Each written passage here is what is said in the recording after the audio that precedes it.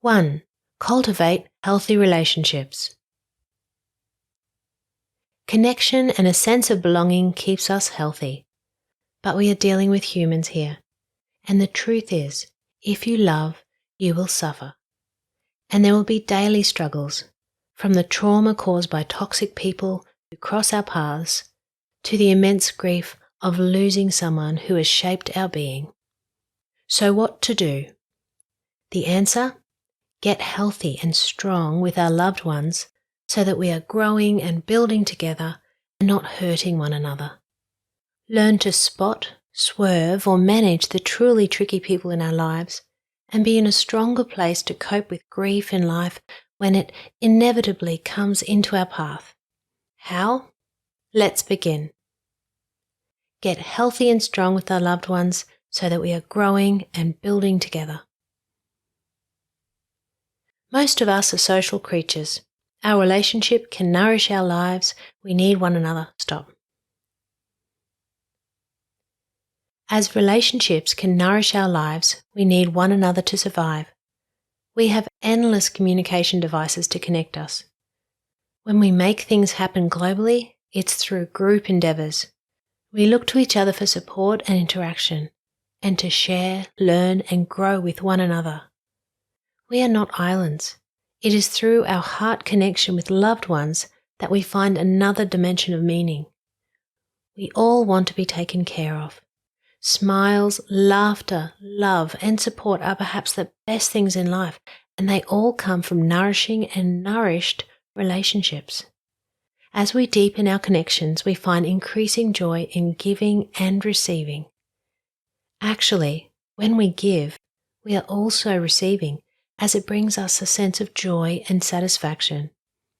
It is therefore beyond essential that we nourish, strengthen, and support our people.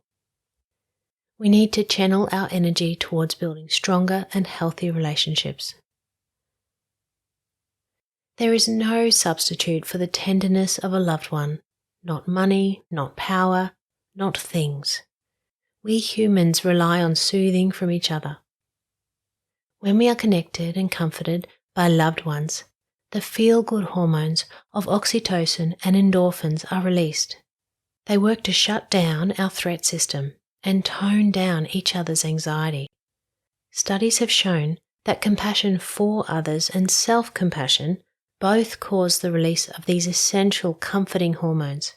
Through compassion, we can help ourselves and each other.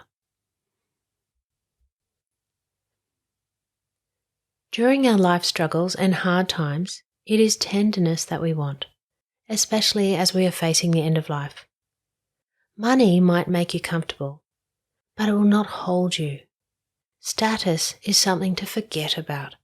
We want genuine connection with people, not one based on impressing each other.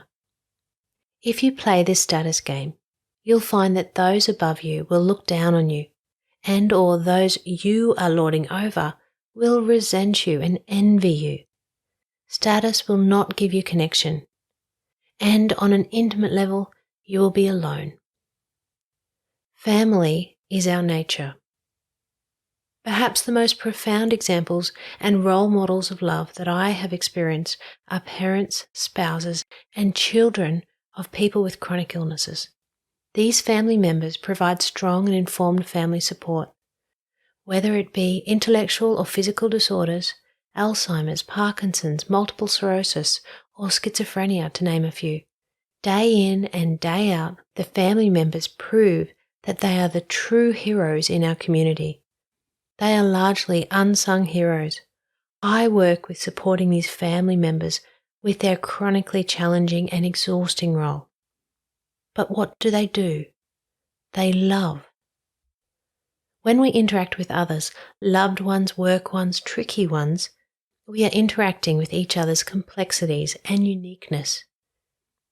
Each of these characters in our lives open a doorway into another world, their world,